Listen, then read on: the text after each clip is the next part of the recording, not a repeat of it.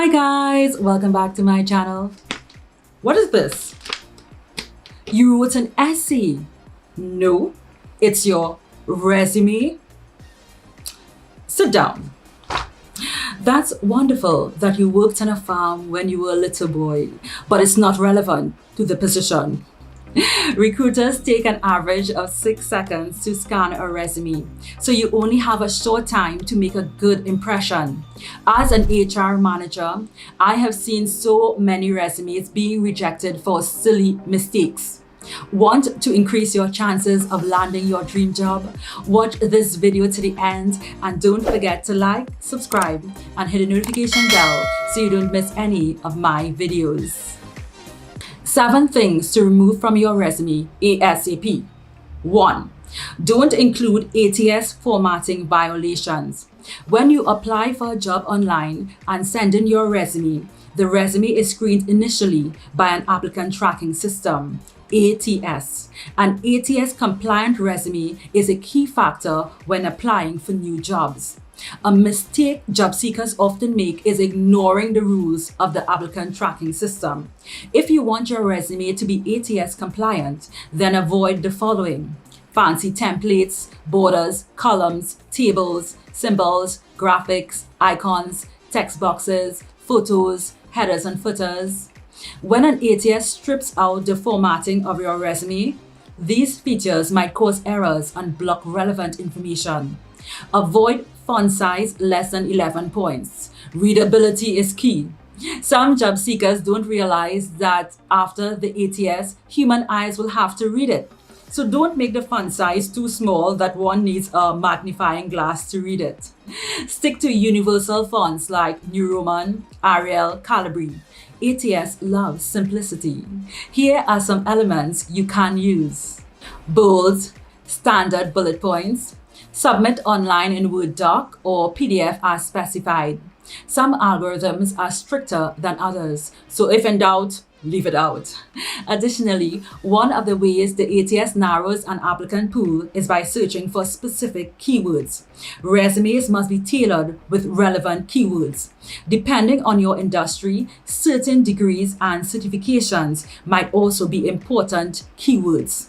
Important tip: make sure you are using the same keywords and phrases from the job description. In some cases, an ATS scanning for keywords will only recognize and count exact matches. So if you write that you're a CSR, but the ATS is checking for customer service representative, it might drop your resume.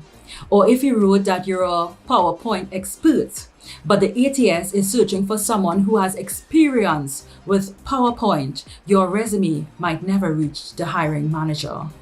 2. Stay away from personal pronouns. I, me, my, we. Don't write your resume in the third or first person. The third person style distances you from your experiences. On the other hand, personal pronouns are great in cover letters, but resumes are supposed to be about your professional background. Eliminating first person language will also allow you to cut out excess words. Example: replace "I was promoted to manage a team of 10 sales associates" with "promoted to manage a team of 10 sales associates." Important tip: begin each sentence with an action verb. I will share examples later on. 3. Remove large blocks of text.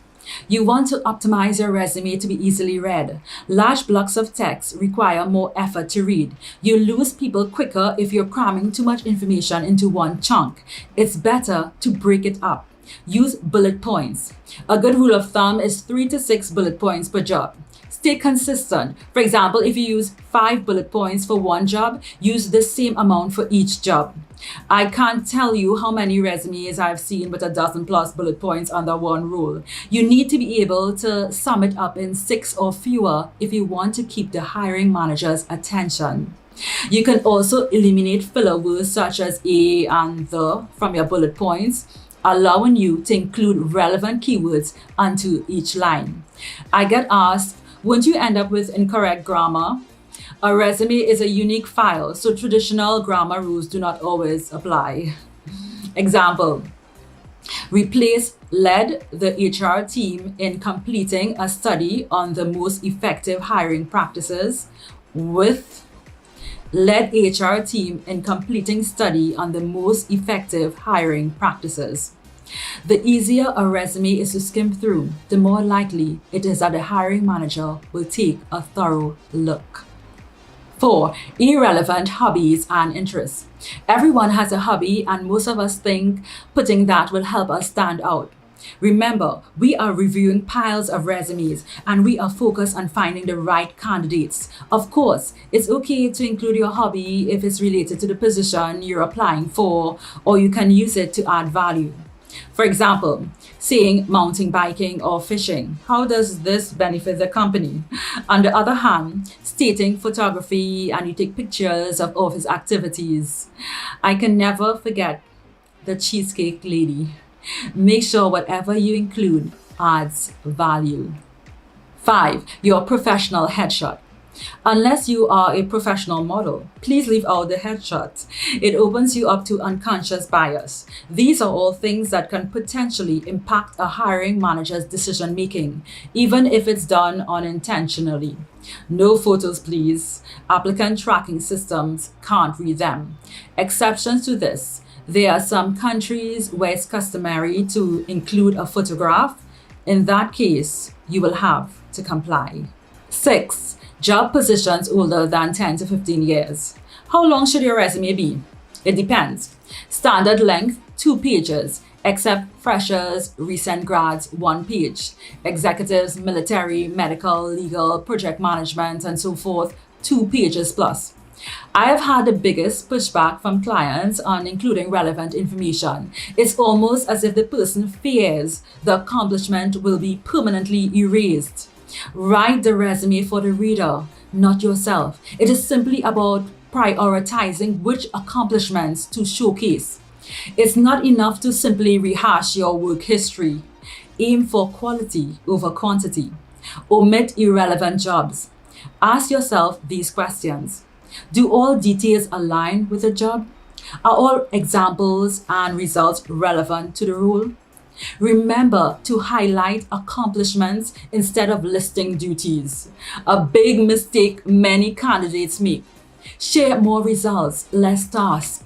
Hiring managers want to see clear-cut evidence of your problem-solving abilities and results.